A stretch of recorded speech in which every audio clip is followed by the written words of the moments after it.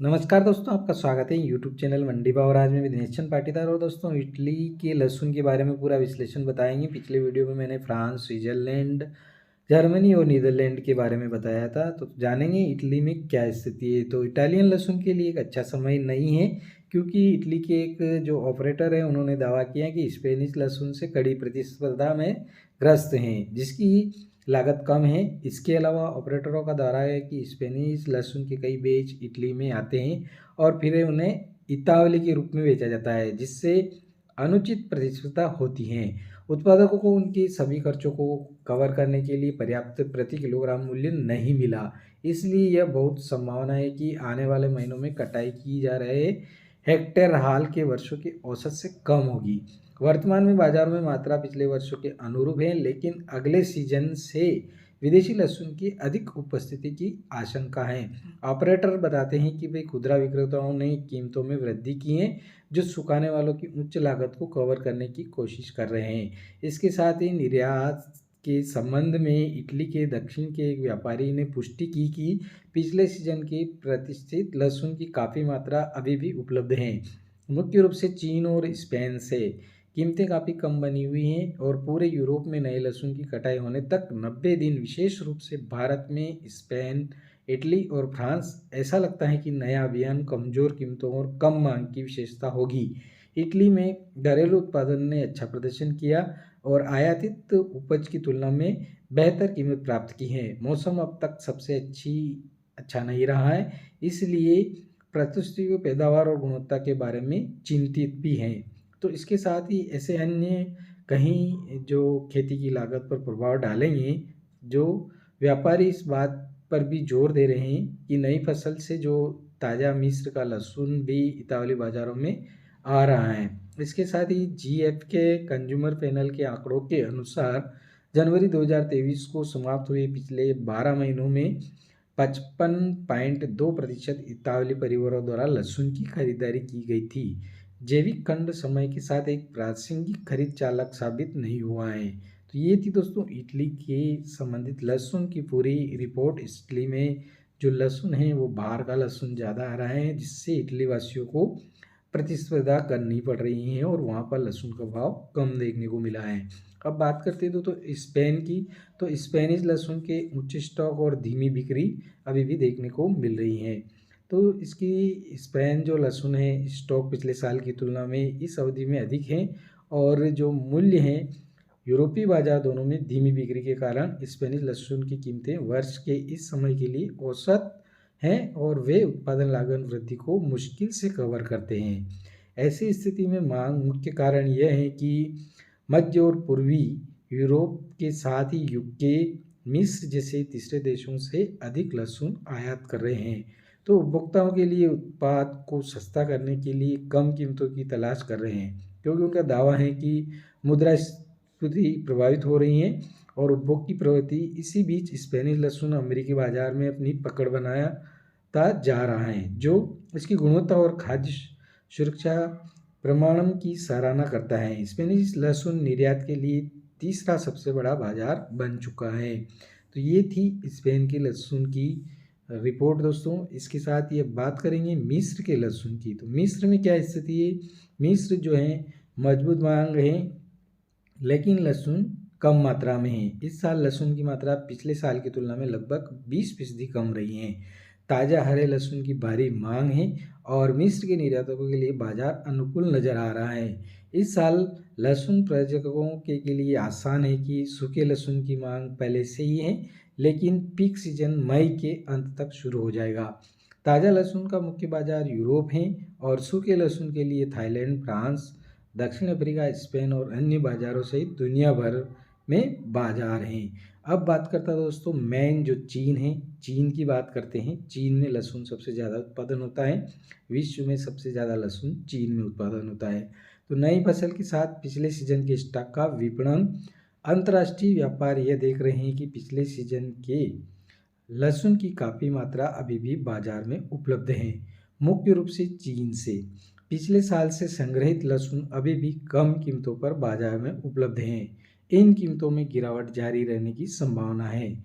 भंडारण में ये राशि इतनी बड़ी बताई जा रही कि जून में नया सीजन शुरू होने से पहले इसकी मार्केटिंग नहीं की जा सकती।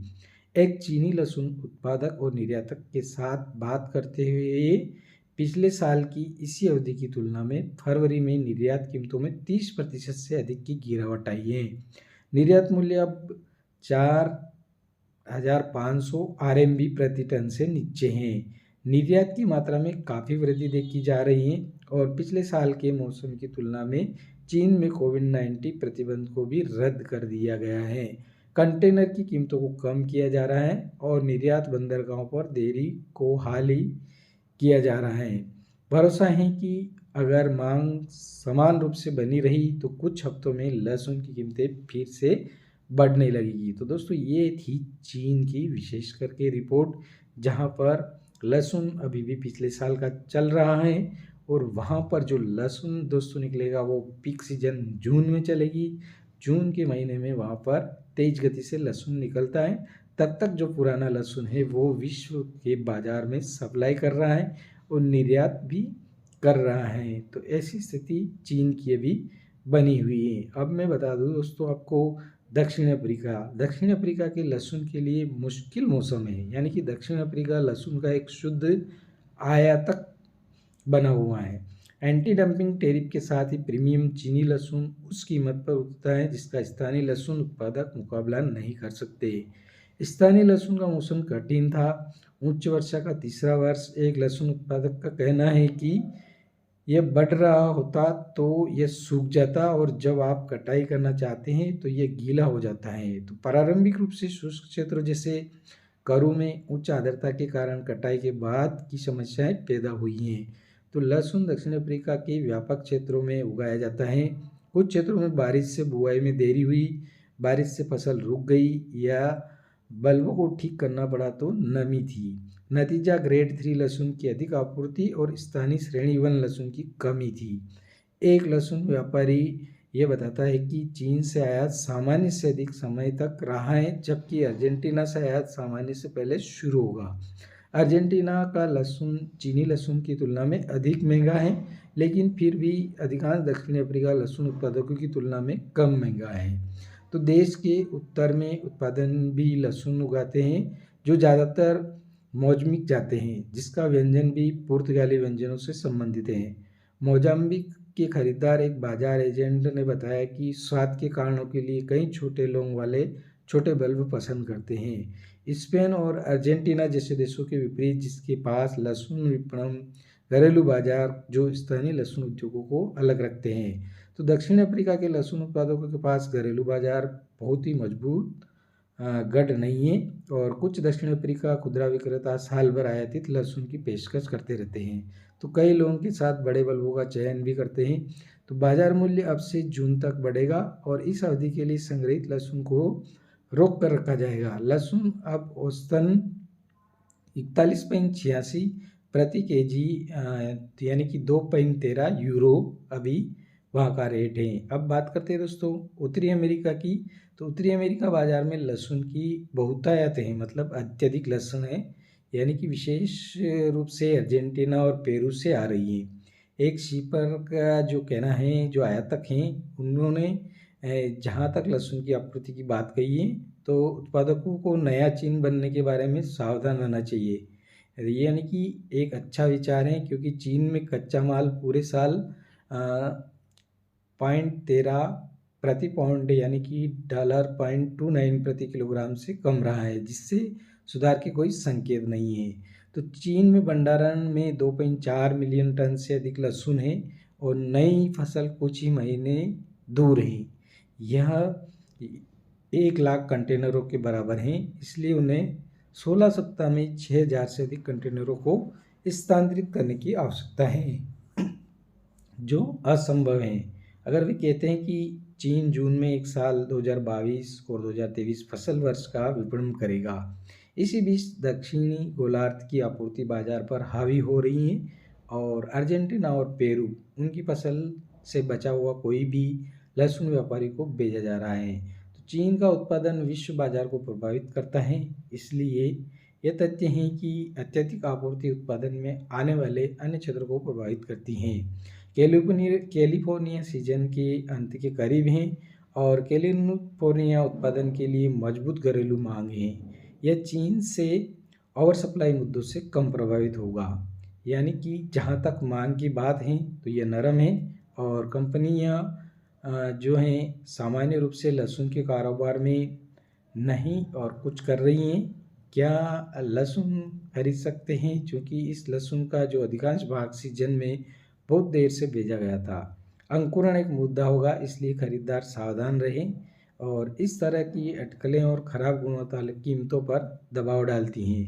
ये थी दोस्तों पूरी रिपोर्ट जो कि उत्तरी अमेरिका से थी। उत्तरी अमेरिका में जो लहसुन है, बाज़ार में लहसुन की काफ़ी बहुतायत अभी देखने को मिल रही है और जहाँ तक मांग की बात है तो वह भी नरम देखने को मिल रही है। अब बात करेंगे दोस्तों दक्षिणी अमेरिका की। तो दक्षिणी अमेरिका में मेक्सिको में जो चीली लहसुन का निर्यात 2022 में लगभग 6,000 टन और $18 मिलियन तक गिर गया। यानी कि 2022 में जो चिली द्वारा लहसुन चौथी सबसे अधिक निर्यात की जाने वाली सब्जी थी। तो ये निर्यात मूल्य में सबसे बड़ी गिरावट के साथ बागवानी उत्पादन भी था। ओडेपा ने 2022 के लिए सब्जी निर्यात पर अपनी रिपोर्ट में बताया कि शिपमेंट में $14.8 मिलियन के मूल्य में संकुचन हुआ था, जो 41.5 मिलियन एफओबी डॉलर था। यानी कि 2021 में 2022 में $26.7 मिलियन दर्ज किया गया। तो लहसुन जो है मुख्य रूप से ताज़ा निर्यात किया जाता है और यह प्रारूप 13,400 टन के शिपमेंट के लिए निर्यात किए गए कुल मूल्य का 98.7% मूल्य यानी कि $26.4 मिलियन से जोड़ा गया है। तो चिली का ताज़ा लहसुन मुख्य रूप से दो देशों मेक्सिको और ब्राज़ील के लिए नियत था, जो एक साथ निर्यात मूल्य के 91% का प्रतिनिधित्व करते हैं। निर्यात मूल्य के 71.7% हिस्से के साथ ही मेक्सिको लहसुन का सबसे बड़ा खरीदार है। हालांकि लदान में काफ़ी गिरावट आई है, जबकि 2021 में 15,400 टन ताज़ा लहसुन 37.1 मिलियन एफओबी डॉलर के मूल्य के लिए उस देश को निर्यात किया गया था। 2022 में आंकड़े 18.9 मिलियन एफओबी डॉलर के मूल्य के लिए 9,500 टन तक गिर गए, जिससे लगभग 6,000 टन और $18 मिलियन की गिरावट आई। तो 2022 में जो ताज़ा लहसुन अभी भी मेक्सिको को चिली के कुल सब्जी निर्यात के मूल्य का 42.6% का प्रतिनिधित्व करता है।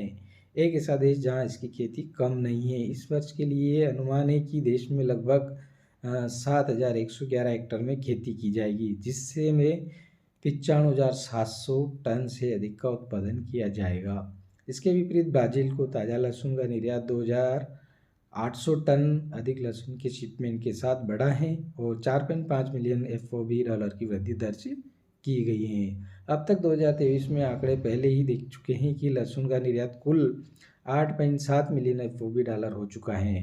तो वर्ष के पहले महीने में निर्यात की जाने वाली लगभग हर चीज़ ताज़ा लहसुन के अनुरूप होती है और मुख्य रूप से मेक्सिको जाती है।